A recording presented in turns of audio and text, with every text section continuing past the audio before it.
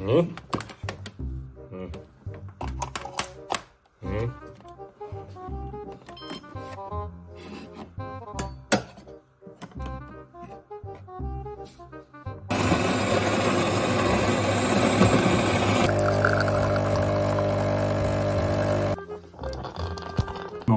keďže už dlho na tomto kanále nebolo žiadne cestovateľské video, tak som sa rozhodol, že dnes vám ukážem niečo spoza hranice.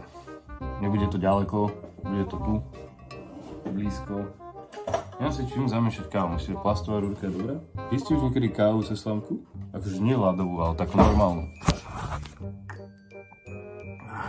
Kávička aj vínko. Dneska sa ideme pozrieť do Nemecka. Idem vám trošku porovnať, že ako stoja ceny benzínu v Holandsku a v Nemecku, takže prevezieme sa tuto cez jednu benzínku, ktorá je na okraji mesta, ale nie tak na okraji mesta, že by bola pri diaľnici alebo niečo, ale tak viac menej vnútri na sídlisku, tak by som to nazval. Čiže tam väčšinou ceny nie sú také veľké, ako sú pri diaľnicach alebo v meste. A potom sa prevezieme do Nemecka, tam ja aj natankujem. Čo už vám môže predpovedať dopredu, že ako to asi dopadne v Holandsku s cenami benzínu.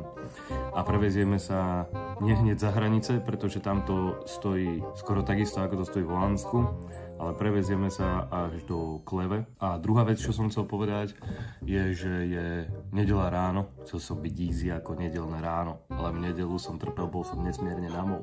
Zdravím moju reč, pretože tu pri hraniciach sú väčšinou také isté ceny. Dnesku sú všetky obchody zavreté, takže do iných obchodov sa nepozrieme sa iba na benzínku, natankujeme a ideme preč. Takže to bude nejaké krátke video. Čakajte z toho nejaký 20-minútový herný záznam. Prvé cestovateľské video 2024. Uvidíme, že koľko toho pocestujeme tento rok. Čo tam brčíš? Poď sa ukázať. Poď sem. Poď tu. Poď. No, ukáž sa na kameru. Tu, pozri. Kuku. Čau. Zima jak prasa. Dobre, však nekrič tak. Čo tak kričíš? Že je zima ako prasa, ty kokos. Dobre, som si kúpil tú zimnú vetrovku ešte. Zamrznuté okno. No tak toto nie. No tak v Holandsku normálne zase namrzlo, ty kokos. Už som si myslel, že je konečne koniec zimy. A prdlajs, kamaráde. Prdlajs, kamarádi. Je zima jak prasa. Takže počkáme chvíľku, kým mi odmrzne to okno, aké teoreticky by som mohol ísť. Uvidíme, že koľko tam bude ten benzín a podobne.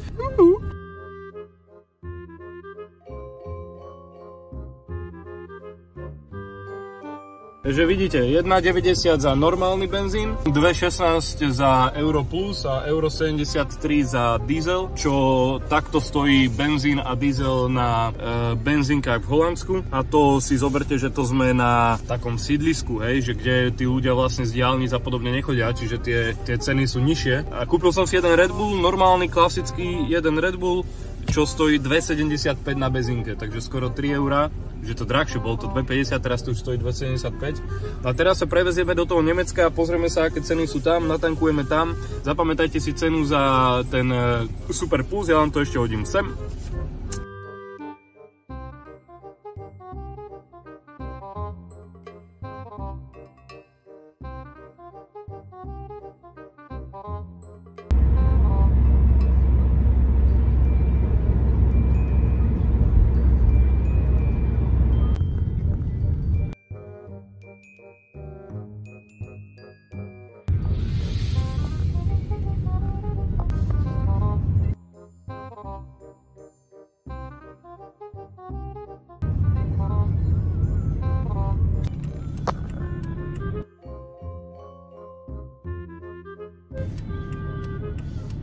Takže taká krátka rekapitulácia. Prešli sme prvú pumpu, ktorá bola u nás na sídlisku, prešli sme druhú pumpu, ktorá bola na inom sídlisku, ale to už bola Shellka.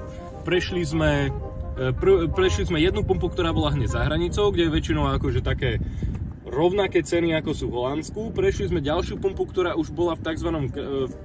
Mestečku alebo dedinke, ktoré sa volá že Kranenburg, kde väčšina Holandianov chodí nakupovať a chodí tankovať, kde samozrejme je to drahšie, pretože vedia, že Holandiania tam chodia, ale niektorí chodia až do Kleve, ako napríklad ja, pretože tu je aj Kaufland, kde rovno môžem urobiť aj nejaký nákup. A tie ceny sa moc nehodia, ale nejaké iné veci ako v Holandsku tu kúpiš, lacnejšie kozmetiku a dá, si zase povieme inokedy. Ja som natankoval Super Plus benzín, ktorý stál euro 84 za liter a natankoval som koľko litrov? 46 litrov za 84,28, čiže za 85 eur.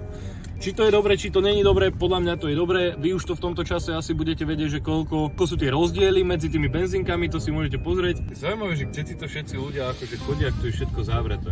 Že to je zavreté, kam ideš? Ešte... Kam idete? Je zavreté. Ste do Krajemburgu. V Krajemburgu by som si kúpil inak taký sendvičik, tam robia dobrý.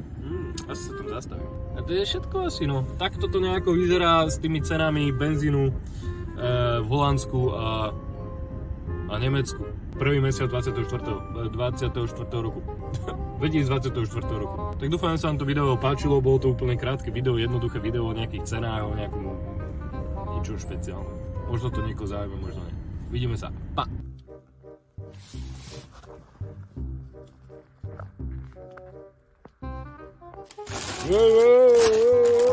Kurva, veľký šnicel.